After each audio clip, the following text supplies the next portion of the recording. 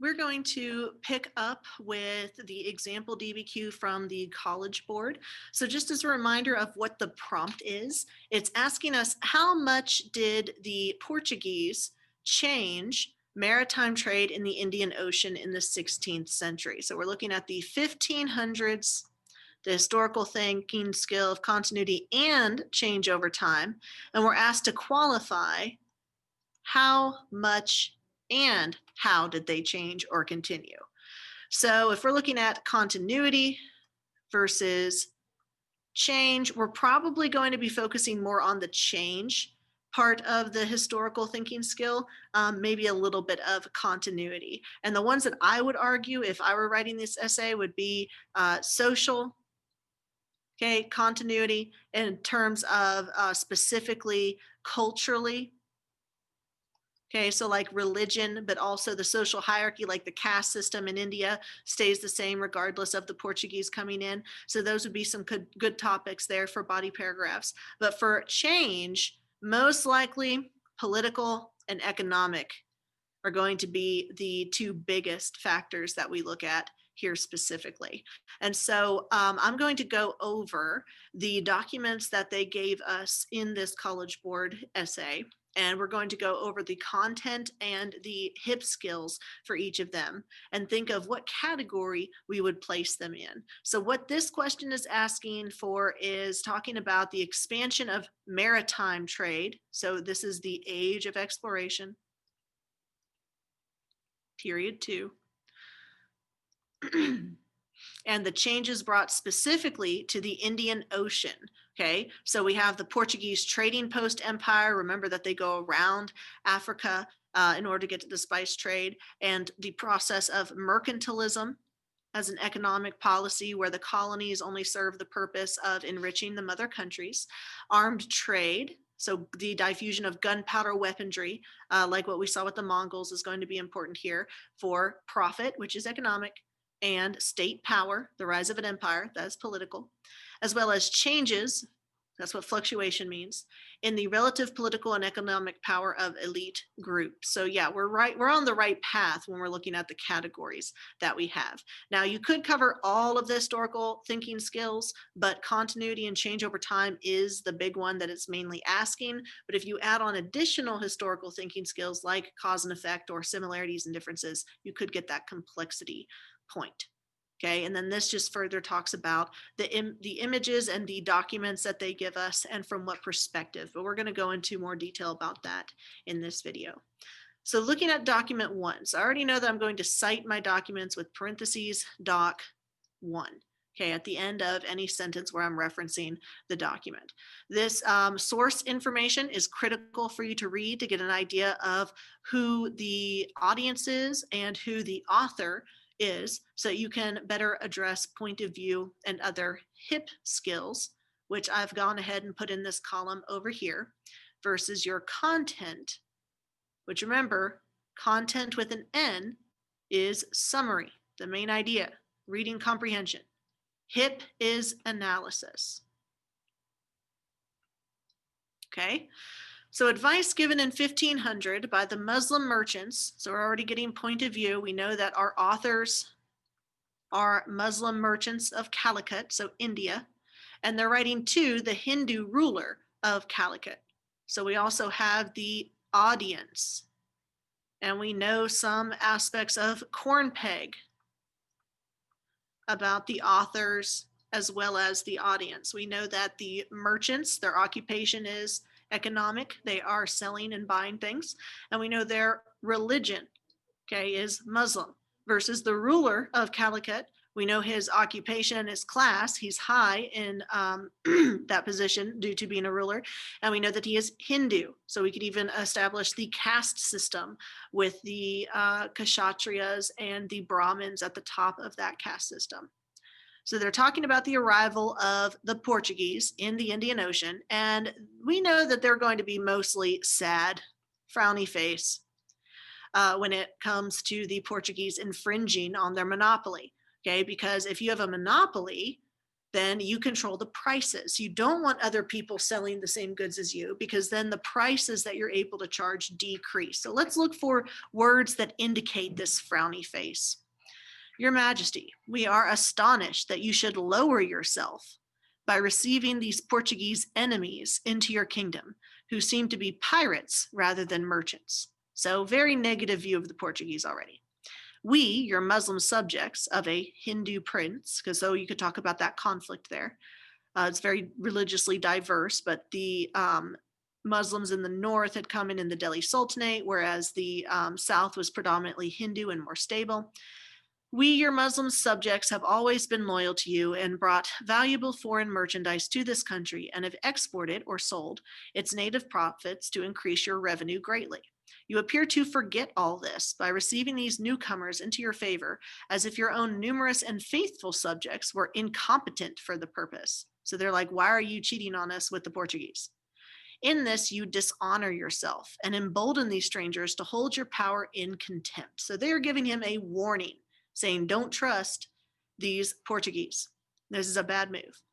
The true intent of the Portuguese in coming into the seas is to take possession of your city, which we know as a trading post empire, probably, and not to trade for spices as they pretend.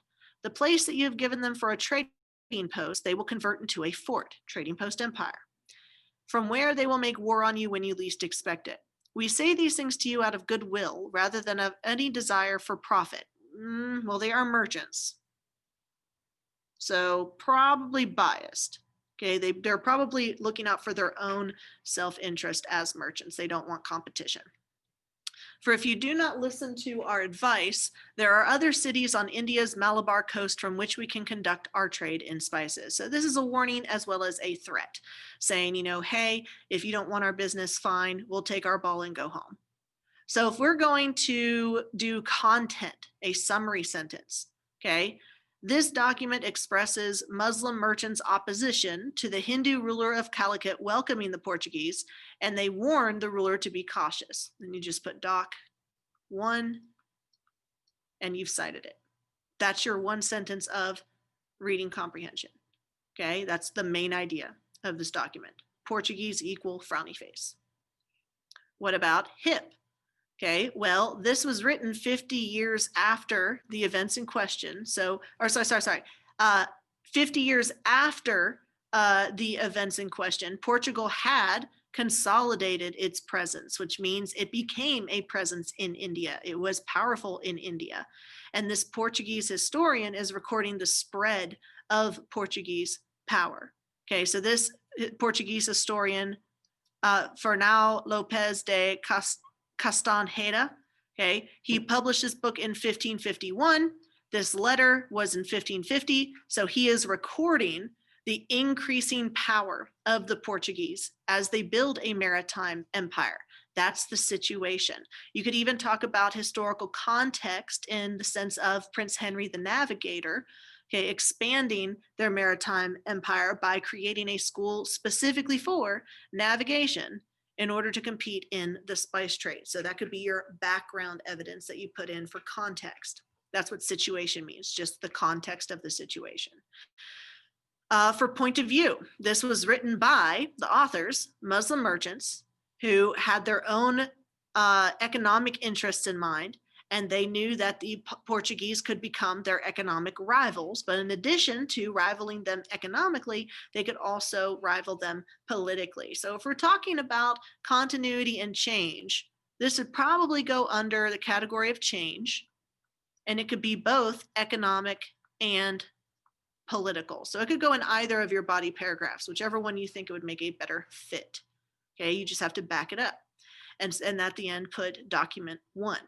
Okay, so you got content and hip skill, 1 document, 6 to go. Document 2, Duarte Barbosa, government official. Okay, so he is bureaucracy. That is his occupation. He might be biased. If he's employed by a Portuguese trading post, okay, he's probably going to want to make the Portuguese look smiley face instead of frowny face like in document 1. So we may see different perspectives in this document compared to document 1. And this was published in 1516. Okay, so in this, he is going to talk about the change over time and the rise of the Portuguese Empire. The Muslims in Calicut are rich and live well, and they used to control, past tense, change over time. They used to control all the sea trade from that town. Indeed, if the King of Portugal had not discovered India, which is like, didn't discover India, people are already there, Malabar would already have been in the hands of the Muslims. So again, they're pointing out this rivalry between the Muslims and the Christians, the Europeans and the Ottomans. In addition to the local Muslims, there are also foreign Muslims in Calicut, such as Arabs, Persians, and Gujaratis. They are great merchants, sail to all parts of the world with their goods, and have their own Muslim leader who rules over them and disciplines them as necessary, without the Hindu king of Calicut meddling with them. Okay, so that just shows again that background information of the religious diversity in India. The north is predominantly Muslim, the south is predominantly Hindu. So that could be historical context. And before the King of Portugal discovered the country, quotation marks around discovered, because no, the Muslim traders were so numerous and powerful in the city of Calicut that the Hindus did not dare to enter into disputes with them. So now change over time, the Portuguese roll up. After the King of Portugal made himself master there, so he's making the King of Portugal sound cool, right? He works for the Portuguese, so he's going to make them sound like they're very powerful. And these Muslims saw that they could not defend their position there. They began to leave Calicut so that a very few of them remain today. So again, this is another document that indicates change. This could be economic change. This could be political change, or you could even say it's social change because you have an exodus of Muslims. So the content, summary. Document 2 describes past wealth and independence of Muslim merchants in Calicut, but states that most of the Muslim merchants have left. Reading comprehension, summary of the document. HIP, you could do point of view. We have occupation and we have nationality from Cornpeg that you could address here, even if you don't personally know Duarte Barbosa from our studies. This government official would likely have wanted to emphasize positive effects of the Portuguese establishing trading posts, okay, or to flatter the king to make the Portuguese look powerful. Written in the very early years of the Portuguese establishing a presence in India, the account seeks to emphasize the Portuguese achievement of already displacing the Muslims so early on in the 1500s, whereas the Muslims had dominated that area prior to their arrival. Now note that you don't have to do point of view and purpose and situation. You can just pick one of HIPP, pick whichever one you know the most about, whatever you have the most evidence of. Okay, and then move on to the next document. Document 3. Oh, and real quick, this document, we could talk about bias because he's employed by the Portuguese and he's writing about the Portuguese. So probably going to say flattering things. Source, anonymous, Portuguese court official's letter of advice. Okay, so I would argue against point of view here because you don't know who wrote it. You just know a little bit of information, their nationality and their job, but you don't really have too much to go off of there. Whereas in the last one that we had, occupation and nationality, we had a little bit more of what their opinion was. But we do know who the audience is, royalty, the King of Portugal, regarding a proposal to conclude a peace treaty and establish free trade with the Ottoman Empire. Now remember, the Ottoman Empire are their trading rivals. So this is looking pretty economic right now, okay? This court official is telling the King of Portugal, don't let the Ottomans in on our turf.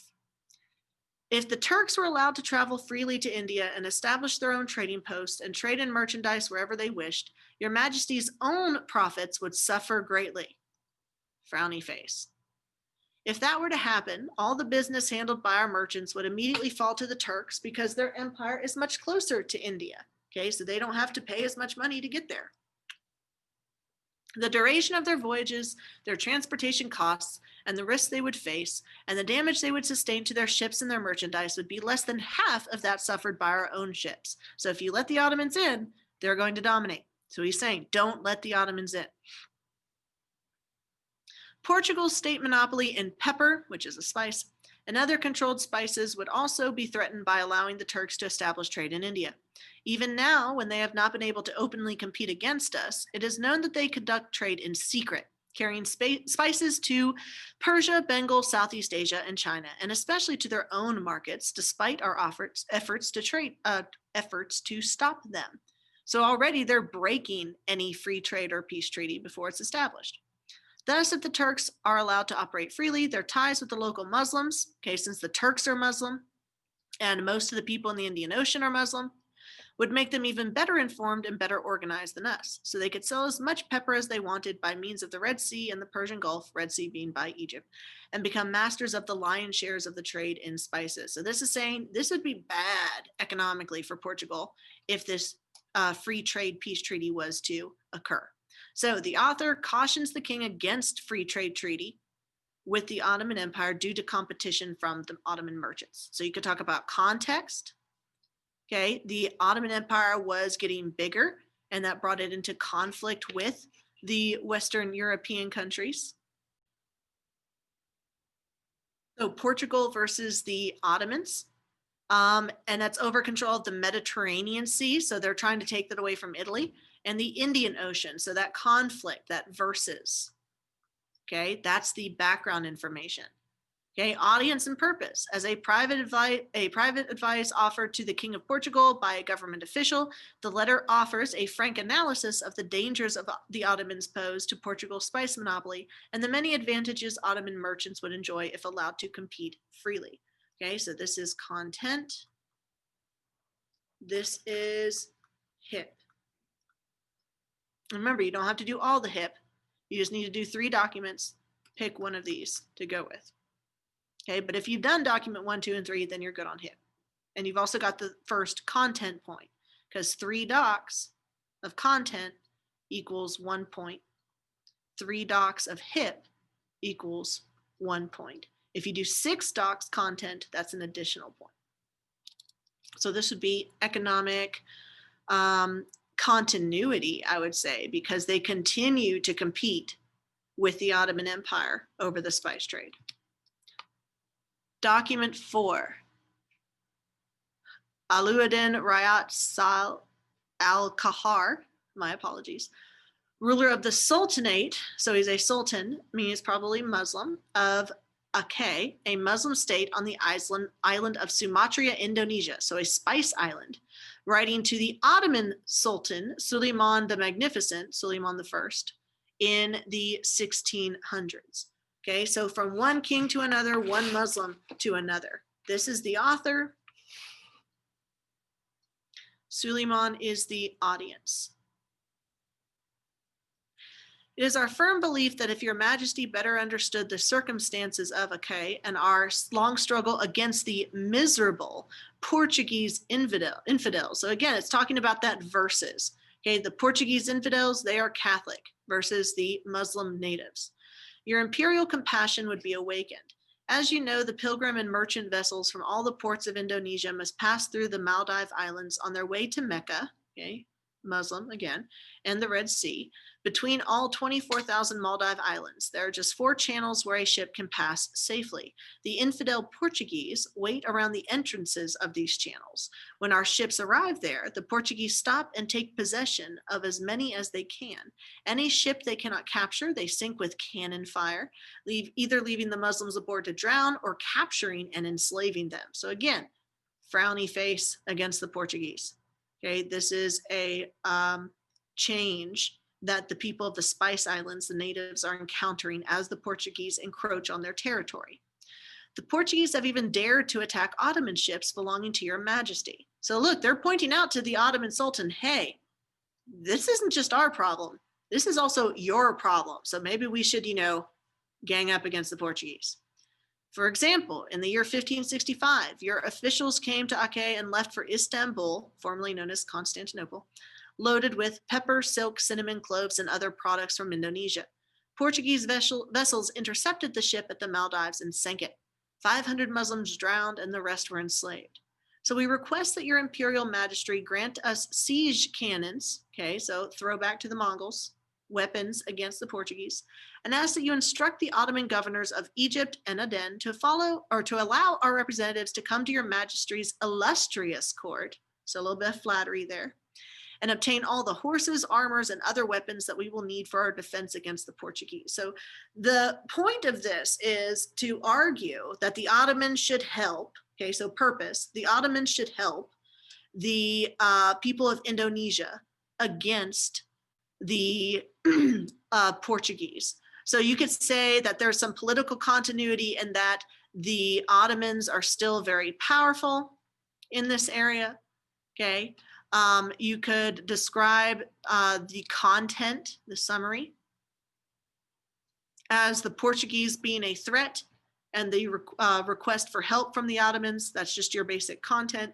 Then if you're looking at HIP, it addresses a fellow Muslim, okay, so religion, ruler, occupation, and class, uses Islamic rhetoric and appeals to shared Muslim values. So that's dealing with the intended audience.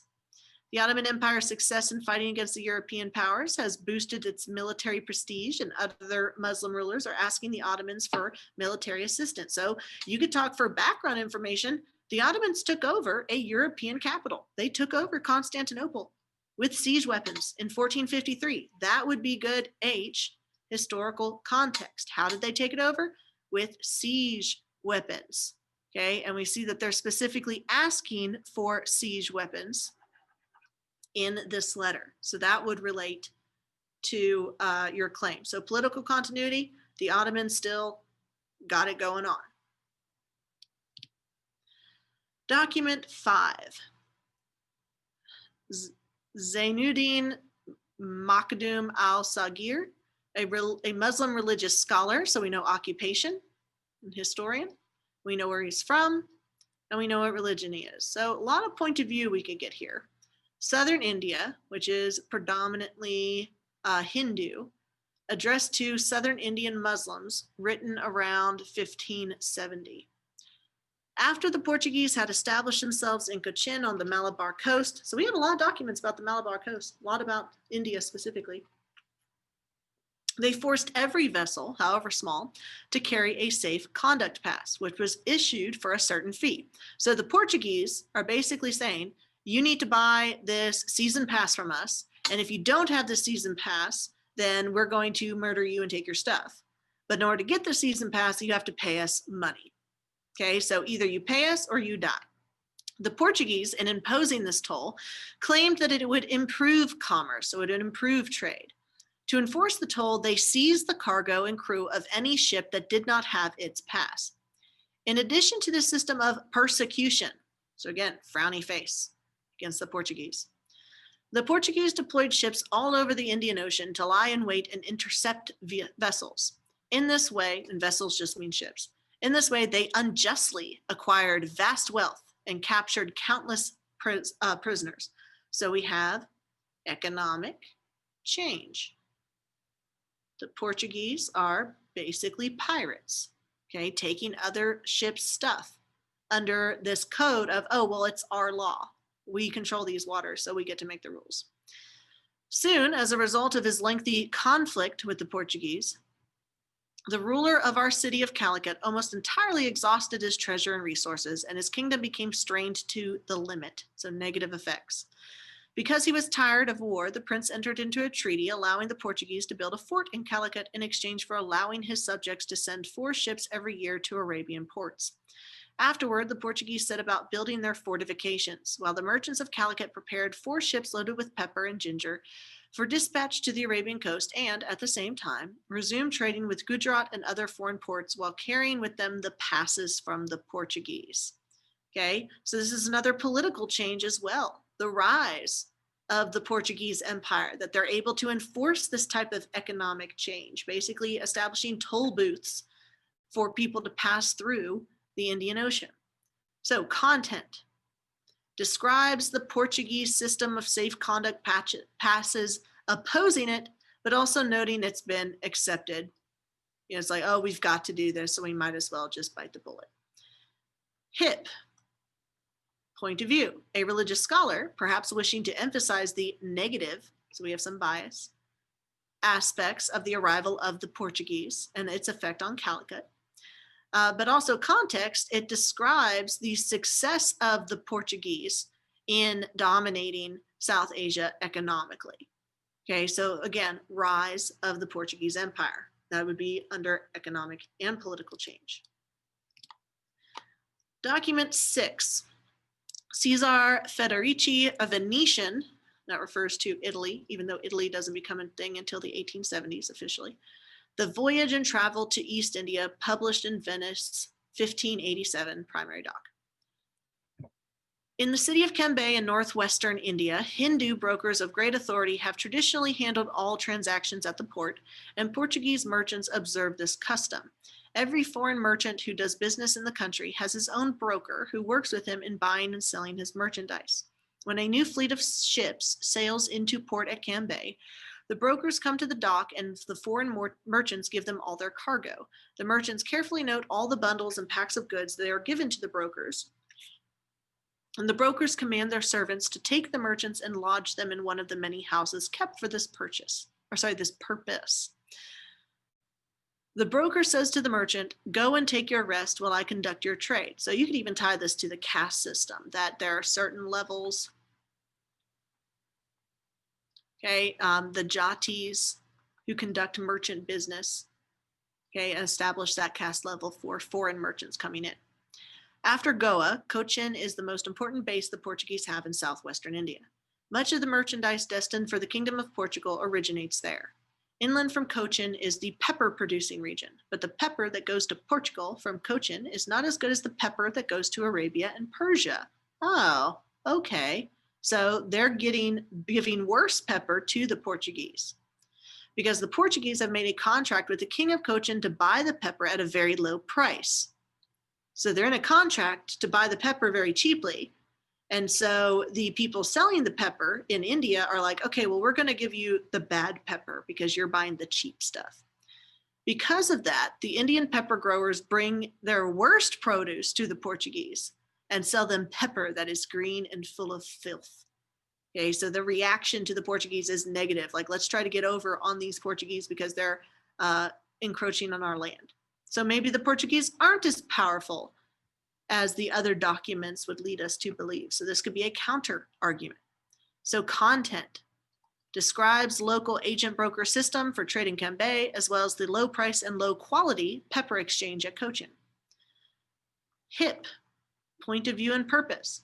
As Venetians are rivals of the Portuguese in trade, remember that they controlled the Mediterranean Sea, probably aren't too pleased with the Portuguese weaseling their way around Africa to compete with them.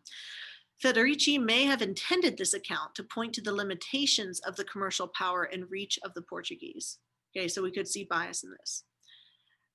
As this was published in Venice and likely intended for a Venetian merchant audience, it may have emphasized the potential commercial opportunities in India, for example, by suggesting that only low quality pepper is being sold to the Portuguese, while the high quality pepper is still available for purchase if they choose to do so. Okay, so you have multiple hip there. Okay, so if you've done content for all the documents that we've covered so far, then you've gotten the maximum amount of points you can get for evidence there. Okay, 3 documents summarized is 1 point, 6 docs is 2 points.